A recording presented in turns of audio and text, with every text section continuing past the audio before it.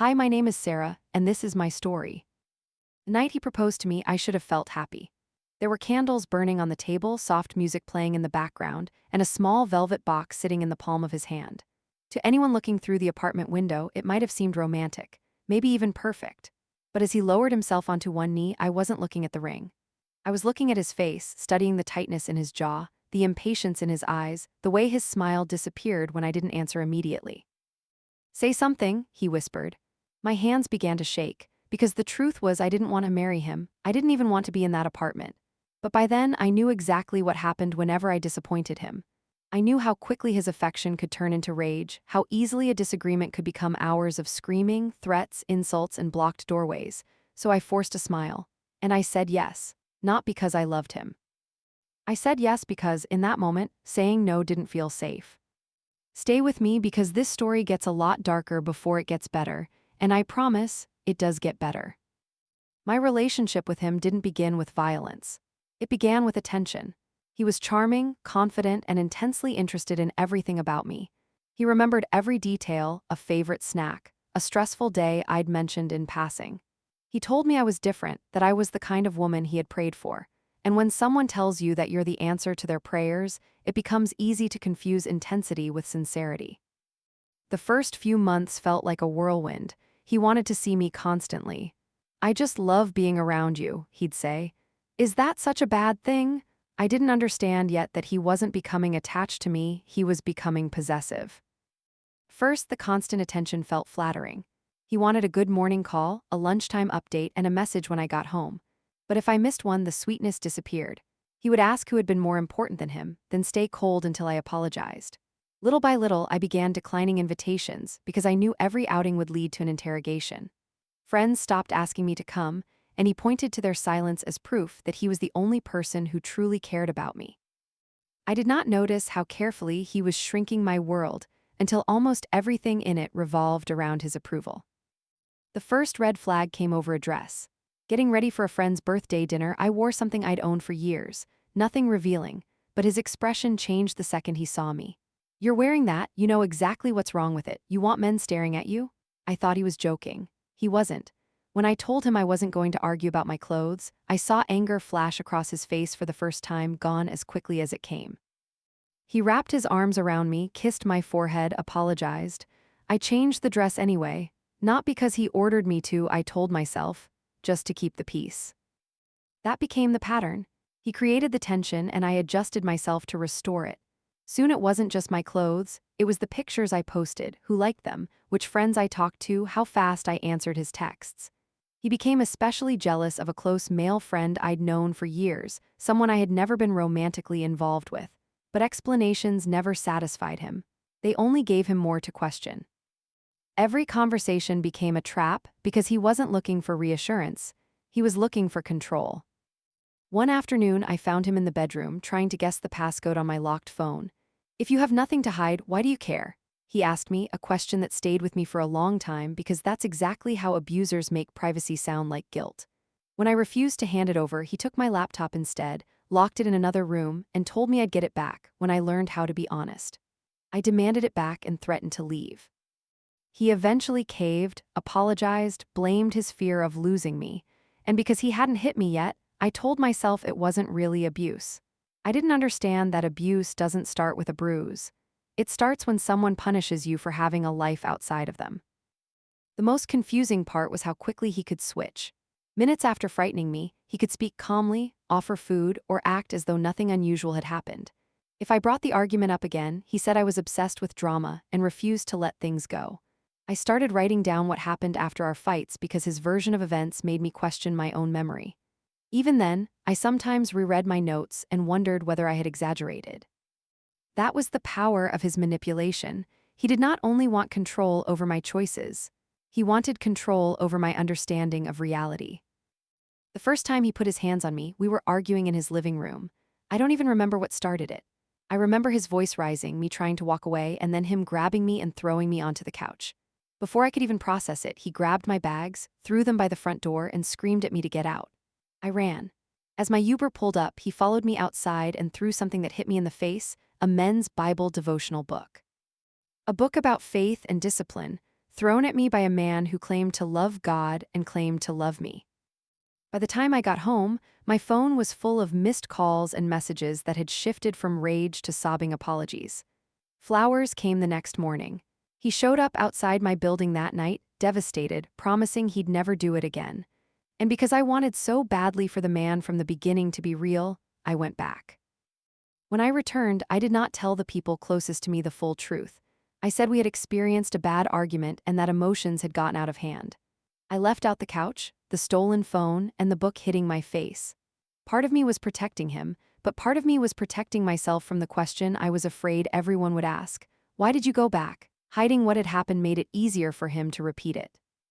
The relationship became a secret room that only the two of us could enter, and inside that room, he was always the person who decided what was true. If you've ever found yourself making excuses for someone who scares you, hit that subscribe button right now, because what happened next is exactly why I'm telling this story. For a few days, he was perfect. Then, slowly, the control crept back in. Now that he knew I might actually leave, he became even more determined to make leaving impossible. He followed me from room to room. If I closed a door, he opened it. If I tried to walk out, he stood in front of the exit. He called it communication. But real communication lets both people leave the conversation. What he was doing was captivity. One night, an argument in his bedroom ended with the door locked and him standing between me and the only way out. For hours he screamed over me, blocking every attempt I made to move, to sit, to stand. When his voice finally dropped to something quiet, somehow more frightening than the shouting, he told me everything happening was my fault. I stopped arguing. I just agreed with whatever he said, not because I believed him, but because I was trying to survive the night. The moment he got distracted, I ran past him, down the stairs, through a basement garage door I prayed would be unlocked. It was. I ran 6 blocks before I felt safe enough to stop and call a car. Outside the garage, I heard him calling my name as if I were the one creating a scene. He did not sound apologetic. He sounded offended that I had escaped. I ran toward the busiest streets because I believed witnesses were the only thing that might stop him. When I finally reached a restaurant with people standing outside, I pretended I was waiting for someone and tried to slow my breathing. My phone kept lighting up with messages telling me to come back and finish the conversation. Even after the Uber arrived, I stayed low in the back seat and watched every car behind us. For weeks afterward, I could still hear his footsteps whenever I walked alone. That should have been the moment I understood he could seriously hurt me, but abuse changes how you think. From the outside, leaving looks simple. From the inside, it feels like stepping onto a battlefield. Every time I tried to end things, the harassment got worse: calls from blocked numbers, messages from accounts I didn't recognize, threats to expose things I'd trusted him with. Then, once he'd exhausted me completely, he'd turn gentle again. I don't want to fight, I just want to talk. He rewrote every fight afterward. I had provoked him, I was dramatic, I had attacked him first. He called me names designed to erase my dignity, then mocked me when I cried. I stopped recognizing the person I'd become. Before him, I was social, confident, full of plans. Now I spent my days trying to predict someone else's anger. There were nights I didn't want to wake up in the morning, not because I wanted my life to end, but because I wanted the pain to stop. When I told him that once, he laughed.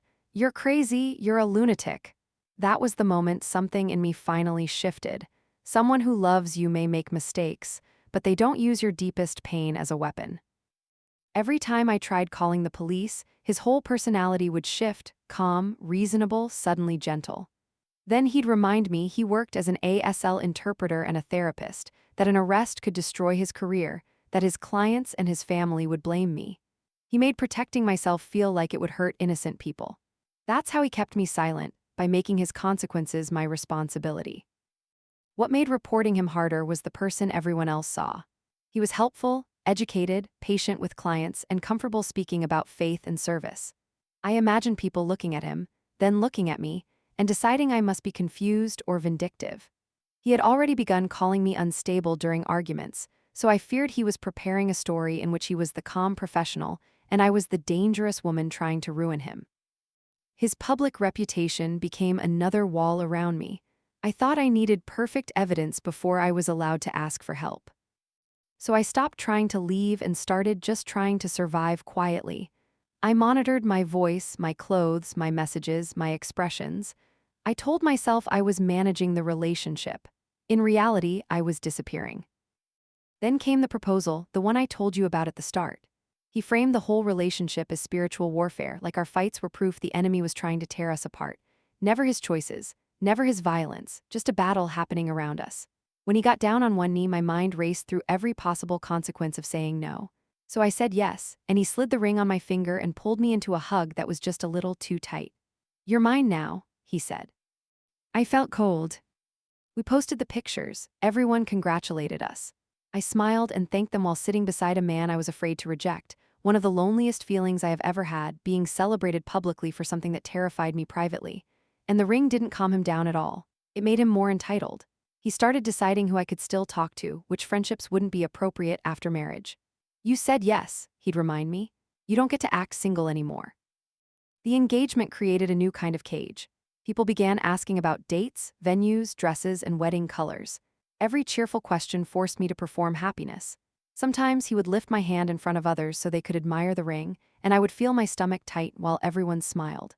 At night, I occasionally removed it and placed it on the table just to see what my hand looked like without it. Then I would put it back on before he noticed. I was not planning a wedding.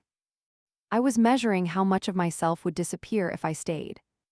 A few weeks later, I woke up before sunrise, looked at him sleeping beside me, and finally understood.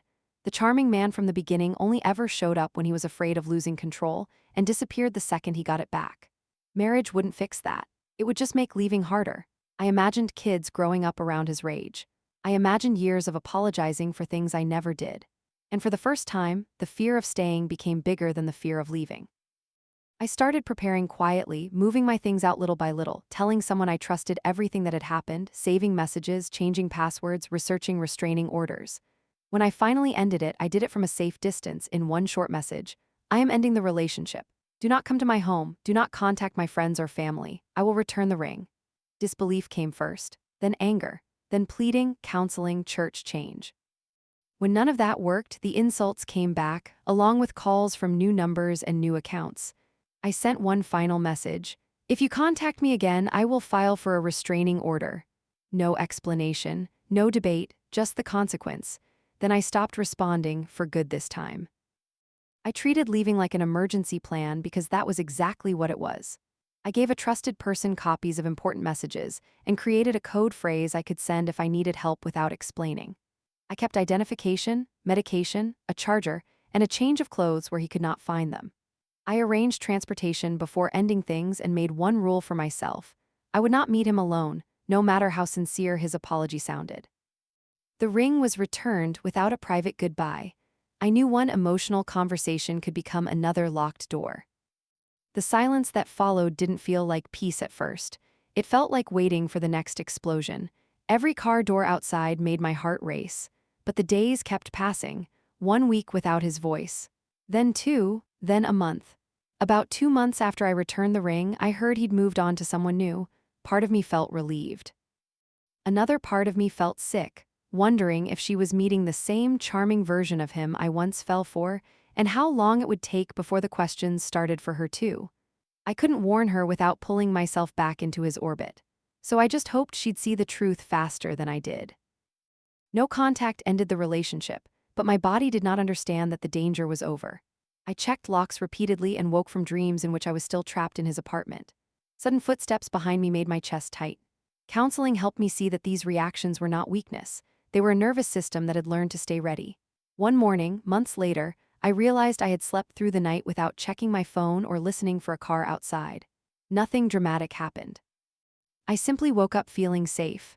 That ordinary morning felt like the first real evidence that my life was returning. Leaving was only the first step. I spent months afterward questioning my own judgment. Why did I stay? Why did I go back? Why did I say yes to the ring at all? Counseling taught me that survival decisions look irrational from the outside, but they make perfect sense to someone who's been conditioned to believe leaving is dangerous. And I want to say this clearly: pain doesn't excuse abuse. A hard childhood doesn't excuse abuse. Jealousy, mental health struggles, religion, none of it excuses abuse. Love should never require you to become smaller just to keep someone else calm.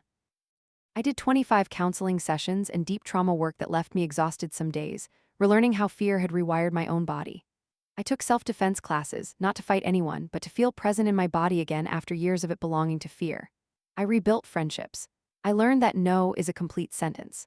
I committed to a full year of sobriety, celibacy, and being single, not to find someone else, not to prove anything, just to become someone I could trust again.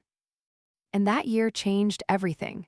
Singleness stopped feeling like loneliness and started feeling like safety. I celebrated things that sound small, sleeping through the night, turning off my phone, laughing loudly, making plans without asking permission. After control, ordinary choices feel revolutionary. Eventually, I started writing, first just for myself, then as a book called Calling Forth the Waves, for every woman who's ever made excuses for someone who scares her, who's had her phone taken, whose abuser used his career and reputation to silence her, and whose reactions were blamed for his rage. I want her to know she is not weak. She is surviving, and survival can become freedom. When I think about that night now, the candles, the music, the ring, I don't see a foolish woman anymore. I see someone doing what she believed would keep her alive. And I see the woman she became afterward. The one who returned the ring, blocked the number, chose healing, and rebuilt her life from nothing. It's been a year now, a year of sobriety, of singleness, of healing, and for the first time in a long time, my life belongs entirely to me.